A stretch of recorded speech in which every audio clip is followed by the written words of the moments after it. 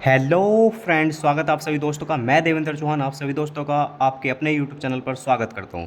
तो देखिए दोस्तों, आज ये कुछ ग्रुप डी के क्वेश्चन हैं और एनटीपीसी के क्वेश्चन हैं, हम इन्हें डिस्कस करेंगे। तो दोस्तों देखिएगा, आप इन सवालों को देखकर सोच सकते हैं कि ऐसे सवाल क्यों लाए हैं। तो बहुत ईजी है कि साहब कह रहा कि संख्या 36, 54, 72, 96 का लघुत्तम समावर्त कि लघुत्तम समावर्त ही तो बताना है।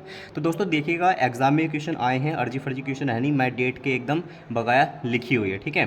तो दोस्तों ना ही एग्जामिनर के देने का ये उद्देश्य है कि साहब मैं हल्के सवाल दे रहा हूँ, ना ही मेरे लाने का ये उद्देश्य है कि हल्के सवाल ले रहा हूँ, ठीक है। एग्जामिनर ने किसी उद्देश्य से दिया होगा। दोस्तों देखिए, एग्जामिनर ऐसे क्वेश्चन देता क्यों है। एग्जामिनर भी बाधित रहता है, मतलब एक तरीके से उसके ऊपर भी एक जिम्मेदारी होती है कि अगर कुछ क्वेश्चन हार्ड दिए जा रहे हैं तो कुछ क्वेश्चन उसके साथ आसान भी दिए जाएँ, ठीक है। इसलिए ऐसे क्वेश्चन देता है। हर चैप्टर से वो भारी क्वेश्चन नहीं दे सकता कि हर चैप्टर से जो है हार्ड हार्ड क्वेश्चन दे दिया, हर चैप्टर से आसान आसान क्वेश्चन दे दिया, ठीक है। लेकिन दोस्तों मैं यहाँ इसलिए लाया हूँ कि आपको लेस एम ऐसे करने का तरीका पता होना चाहिए, ठीक है। ऐसा नहीं है कि आप कक्षा 5-6 की तरीके से ऐसे लिख रहे हैं कि कर रहे हैं, फैक्टर कर रहे हैं, फिर गुणा कर रहे हैं। हम देखिएगा दोस्तों, इन 5-6 सवालों में लिखेंगे कितना, ठीक है। एक लाइन भी हम नहीं लिखेंगे और आंसर सारे के ऑटोमेटिक आते चले जाएंगे। दोस्तों देखिएगा करना क्या होता है। अब एक बात बताइए, पहले सवाल में ही देखते हैं हम स्टार्टिंग से। इन सभी संख्याओं का दोस्तों हमें लघुत्तम समावर्त बताना, ठीक है। अब आप एक बात बताइए, लघुत्तम समावर्त का मतलब क्या होता है, ठीक है भाई। जैसे 36, 54, 72 और 96 में हमें लघुत्तम समावर्त बताना है, तो जो भी लघुत्तम समावर्त इनका आएगा वो इन सभी संख्याओं से कटेगा। बताइए हाँ है ना भाई। 36, 54, 72 और 96 का जो भी एलसीएम होगा तो वो 36 से भी कटेगा, 54 से भी कटेगा, है ना, 72 से भी कटेगा और 96 से कटेगा। यानी कि जो भी एलसीएम होता है वो अपनी सभी संख्याओं से कटता है, मैं ये बताना चाह रहा हूँ। तो जो भी इन चारों ऑप्शन में से हमारा आंसर होगा वो 36 से भी कटेगा, 54 से भी कटेगा, 72 से भी कटेगा और 96 से भी कटेगा। कटेगा या नहीं कटेगा, बताइए। कटेगा, ठीक है। अगर आपको इतनी बात पता है तो एक बात बताइए, अगर जो ऑप्शन हमारा आंसर होगा वो 36 से कटेगा तो क्या वो 9 से नहीं कटेगा? कटेगा ना भाई। अगर हमारा जो ऑप्शन आंसर होगा अगर वो 36 से कटता है तो वो 9 से भी जरूर कटेगा। तो ऑप्शन चेक कीजिए, 9 से कौन सा कट रहा है दोस्तों। 6, 4, 10, 10 और 9 19, क्या ये 9 से कटेगा? बिल्कुल नहीं कटेगा। 6, 4, 10 और 8 18, यो 9 से कटेगा? हाँ जी, यो तो 9 से कटेगा। ऊपर चेक करिए, 6, 4, 10 और 7 17, क्या ये 9 से कटेगा? नहीं कटेगा। 6, 4, 10, 10 और 11, क्या ये 9 से कटेगा? नहीं कटेगा। तो एक ही ऑप्शन हमारा आंसर हो गया। बताइए भाई। भाई हमने चेक किया और एक ही जो ऑप्शन था वो हमारा करेक्ट ऑप्शन हो गया। तो ऐसे हम दोस्तों आसानी से बगैर कुछ करे अपने सवाल का आंसर बता सकते हैं, ठीक है। और ऐसा नहीं है कि साहब 9 से यो भी कटता तो फिर क्या होता, तो फिर किसी और संख्या से चेक करते हैं। ऐसा नहीं है कि साहब 9 से चेक कर लिया, हम 4 से भी चेक कर सकते हैं, ठीक है। और किसी संख्या से 6 से भी चेक कर सकते हैं, सबसे चेक कर करके देख सकते हैं। अब दूसरे सवाल में दोस्तों इसी चीज़ को देख लीजिएगा। पहले सवाल में मैंने लिखा कितना, लिखा बिल्कुल नहीं है। 24, 42, 56 का लघुत्तम समावर्त बताना। तो दोस्तों वही चीज़ मैं यहाँ रिपीट कर रहा हूँ। अगर 24, 42, 56 का लघुत्तम समावर्त हमें यहाँ बताना है तो जो ऑप्शन भी इसका आंसर होगा, यानी जो ऑप्शन भी एलसीएम होगा वो 24 से भी कटेगा, 42 से भी कटेगा, 56 से भी कटेगा। कटेगा या नहीं कटेगा? बिल्कुल कटेगा, ठीक है जी दोस्तों, इतनी बात तो ठीक है। तो अगर दोस्तों एक बात बताइए, अगर वो आंसर हमारा 24 से कटेगा तो क्या वो 8 से नहीं कटेगा? कटेगा। क्या वो 3 से नहीं कटेगा? कटेगा। वो 7 से भी कटेगा, वो 6 से भी कटेगा, है ना। तो अब आप चेक कर लीजिए इन्हें। तो कैसे चेक करेंगे दोस्तों, देखिएगा। अगर हमारा आंसर 8 से कटेगा तो 8 से आप चेक कीजिएगा कि लास्ट के 3 अंक कटेंगे। 4 से कटेगा तो 4 से आप चेक कीजिएगा कि लास्ट के 2 अंक कटेंगे। तो दोस्तों 4 से चेक करते हैं। बताइए 4 से कटेगा, 16 आ रहा लास्ट में, बिल्कुल कटेगा, ठीक है जी। 86, 4 से कटेगा क्या दोस्तों? ये तो नहीं कटेगा क्योंकि लास्ट की 2 संख्या 4 से नहीं कटेगी भाई। 4 दूनी 8, लेकिन 6, तो ये तो 4 से कटेगा नहीं, छोड़ दीजिए। 18, क्या ये 4 से कटता है लास्ट के 2 अंक?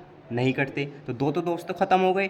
68 भी 4 से कटता है और 16 भी 4 से कटता है। अब आप इसे चेक कर सकते हैं 7 से काट के, क्योंकि 7 8 56 भाई, संख्या में 56 है। अगर 56 से जो भी ऑप्शन कटेगा वो 7 से भी कटेगा। 7 से चेक कर लीजिए। 7 ही का ना 7, 1 बचा, 11 हो गया। 7 ही का ना 7, 4 बचे, 46 हो गए। दोस्तों 7 से नहीं कटता तो ऑप्शन 168 हमारा आंसर हो गया, ठीक है। यो 7 से कटता है। 7 दूनी 14, 2 बचे, 28 हो गया। 7 से 28 कटता है, ठीक है दोस्तों। तो ऐसे हमें चेक करना होता है संख्याओं से, ना कि इस टाइप से हम करेंगे कि साहब इसका जो है किस किस से कटेगा फिर इनकी गुणा करेंगे। ऐसा नहीं दोस्तों, ये काम छोटी कक्षाओं के थे, ये काम कॉम्पिटेटिव एग्जाम के नहीं है। अगर आपको नौकरी चाहिए तो नौकरी वाले तरीके से सोल्व ही करना होगा, ठीक है।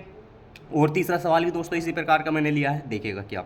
70, 28, 42, इसका हमें दोस्तों एलसीएम बताना। अब एक बात बताइए, जो भी ऑप्शन हमारा आंसर होगा तो क्या वो 70 से, 28 से और 42 से नहीं कटेगा? कटेगा ना। भाई जो लघुत्तम होगा तो वो अपनी सभी संख्याओं से कटेगा, तो इन्हीं से तीनों संख्याओं को तो हम लघुत्तम ले रहे हैं, तो वो जो आंसर होगा वो 70 से भी कटेगा, 28 से भी कटेगा और 42 से भी कटेगा। ठीक है, तो 70 से कटने के लिए वो क्या है भाई 10 से भी कटेगा। जो संख्या 70 से कटेगी तो क्या वो 10 से नहीं कटेगी? बिल्कुल कटेगी ना, क्योंकि 70 में तो 10 मौजूद है। तो एक बात बताइए, क्या 116 कभी 10 से कटेगा? क्या नहीं कटेगा। तो एक ऑप्शन तो खत्म हो गया। अब बचे ये 3 ऑप्शन दोस्तों।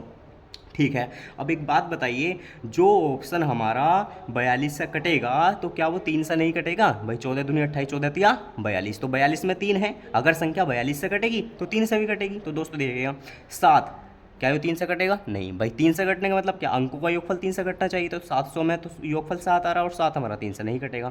यूँ देखिए 8 और 2 10, 10 तो 3 से नहीं कटता, तो यो भी खत्म हो गया। तो दोस्तों 420 हमारा आंसर हो गया।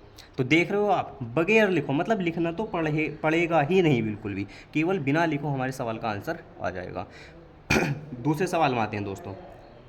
अब ये सवाल दोस्तों लैंग्वेज वाले हैं। आप एक बात मेरी ध्यान से सुन लीजिएगा दोस्तों, संख्याओं पे जो आधारित सवाल होते हैं वो आसान होते हैं। ये जो हिंदी में लिखे हुए जो एक्स वाले वाई वाले ABCD में होते हैं, ये थोड़े उनकी कंपैरेटिव में भारी होते हैं दोस्तों। ठीक है, कैसे करेंगे? दो क्रमागत धन पूर्णांक x और x+1 है, इनका लघुत्तम समावर्त है दोस्तों, हमें बताना। अब दोस्तों कैसे बताते हैं, देखिए आप इन्हें संख्याओं पे एग्ज्यूम करके देखिए, मान के देखिए। क्रमागत है, धन पूर्णांक है। क्रमागत का मतलब क्या दोस्तों? क्रम से आने वाले, जैसे 3 4 4 5 5 6 7 8 8 9, इस टाइप से। ठीक है, तो उनका लघुत्तम सामर्थ्य बताना। तो दोस्तों मैं बताना ये चाह रहा हूँ कि जो क्रमागत संख्याएं होती हैं ना, उनमें आपस में कुछ भी कॉमन नहीं होता। आप देखिएगा 3 और 4 क्या कुछ कॉमन है? नहीं। 4 और 5 कुछ कॉमन है? नहीं। 5 और 6 कुछ कॉमन है? नहीं। 6 और 7 कुछ कॉमन है? नहीं। 8 और 9 कुछ कॉमन है आपस में? नहीं। यानी कि जो भी दो संख्याएं आपस में लगातार होती हैं, क्रमागत होती हैं, उनमें कुछ भी कॉमन नहीं होता, मैं ये बताना चाह रहा हूँ। ठीक है, इसी प्रकार से अगर x और x+1 हमारे क्रमागत हैं तो इन दोनों में कुछ भी कॉमन नहीं होगा। अगर कुछ भी कॉमन नहीं होगा तो उनका लघुत्तम समावर्त क्या होगा? उन दोनों का गुणनफल। ठीक है भाई, मान लीजिएगा अगर मैं आपसे कहूँ कि भाई मुझे आप 9 और 10 का लघुत्तम समावर्त बता दीजिए, तो आप क्या बताओगे? 9 दाई 90, यानी कि इनके गुणनफल। क्यों? क्योंकि आपस में कुछ कॉमन नहीं है ना भाई, यो भी लेना पड़ेगा, यो भी लेना पड़ेगा। ऐसे ही आप मान लीजिएगा 6 और 7 का 42 होगा। क्यों? क्योंकि कुछ कॉमन नहीं है। 8 और 9 का 72 होगा। क्यों? क्योंकि कुछ कॉमन है ही नहीं। 5 और 6 का 30 होगा। ये तो पता ही है ना आपको, सिंपल चल रहे भाई 30 होगा। क्यों? क्योंकि कुछ कॉमन है नहीं, यानी कि सभी की आपस में गुणा करनी पड़ेगी। 4 पंजे 20, 4 तिया 12, यानी कि अगर दो क्रमागत धन पूर्णांक हैं दोस्तों तो उनका लघुत्तम समावर्त जो होगा वो उनका गुणनफल ही होता है। ठीक है, आगे देखिएगा, यदि दो सहअभाज्य संख्याओं का गुणनफल 104 है तो उनका लघुत्तम समावर्त कितना होगा? दोस्तों सहअभाज्य संख्याएं क्या होती है? जिनमें आपस में कुछ कॉमन होता ही नहीं है। ठीक है, सहअभाज्य संख्या का मतलब अभाज्य से नहीं होता। सहअभाज्य का मतलब आपस में कुछ कॉमन ना होना। ठीक है, अब आपस में कुछ कॉमन ना होने का मतलब, अब एक चीज़ देखिएगा, 104 है, दो संख्याओं का गुणनफल 104 है, तो क्या वे संख्या 13 और 8 ना होंगी? भाई 13 7 91 13 अट्ठे 104, तो एक संख्या 13 होगी, एक संख्या 8 होगी। आप ऐसा देख भी सकते हैं, 104 में साफ साफ नजर आ रहा है कि वो संख्या 13 और 8 है। तो दोस्तों इनका लघुत्तम समावर्त भी क्या होगा? आपस में इनका गुणनफल, यानी कि 104। ठीक है भाई, सहअभाज्य संख्याओं में दोस्तों कुछ भी कॉमन नहीं होता आपस में। ठीक है, और ये सारे जो एग्जाम्पल हैं दोस्तों ये सहअभाज्य के ही हैं। ठीक है, 3 और 4 आपस में कुछ भी कॉमन नहीं है, 4 और 5 कुछ कॉमन नहीं है, 5 और 6 कुछ कॉमन नहीं है। ठीक है, तो सहअभाज्य संख्याओं का मतलब क्या? आपस में कुछ कॉमन ना होना। और जब संख्याओं में आपस में कुछ कॉमन होगा ही नहीं तो उनका लघुत्तम समावर्त क्या होगा दोस्तों? उनका आपस में गुणनफल। ठीक है, तो ये दोस्तों कुछ क्वेश्चन थे लैसे मैसे के जो मैं आपके लिए लाया था। ठीक है, ना ही एग्जामिनर का उद्देश्य ये है कि साहब क्वेश्चन हल्के हैं तो क्यों दे रहे हैं, और ना ही मेरा उद्देश्य ये है कि क्वेश्चन हल्के हैं तो क्यों ला रहा हूँ। एग्जामिनर का उद्देश्य साफ साफ ये है कि कुछ क्वेश्चन भारी होंगे तो कुछ क्वेश्चन आसान भी होंगे। मेरे लाने का उद्देश्य है कि आप इन्हें करते कैसे हैं दोस्तों। ठीक है, ये स्मार्ट तरीका है। और दोस्तों एक चीज़ आप याद रख लीजिएगा, डिविजिबिलिटी में भी हम उन संख्याओं की डिविजिबिलिटी पहले चेक करते हैं जिनसे हमें डिविजिबल करना आसान होता है। जैसे क्या?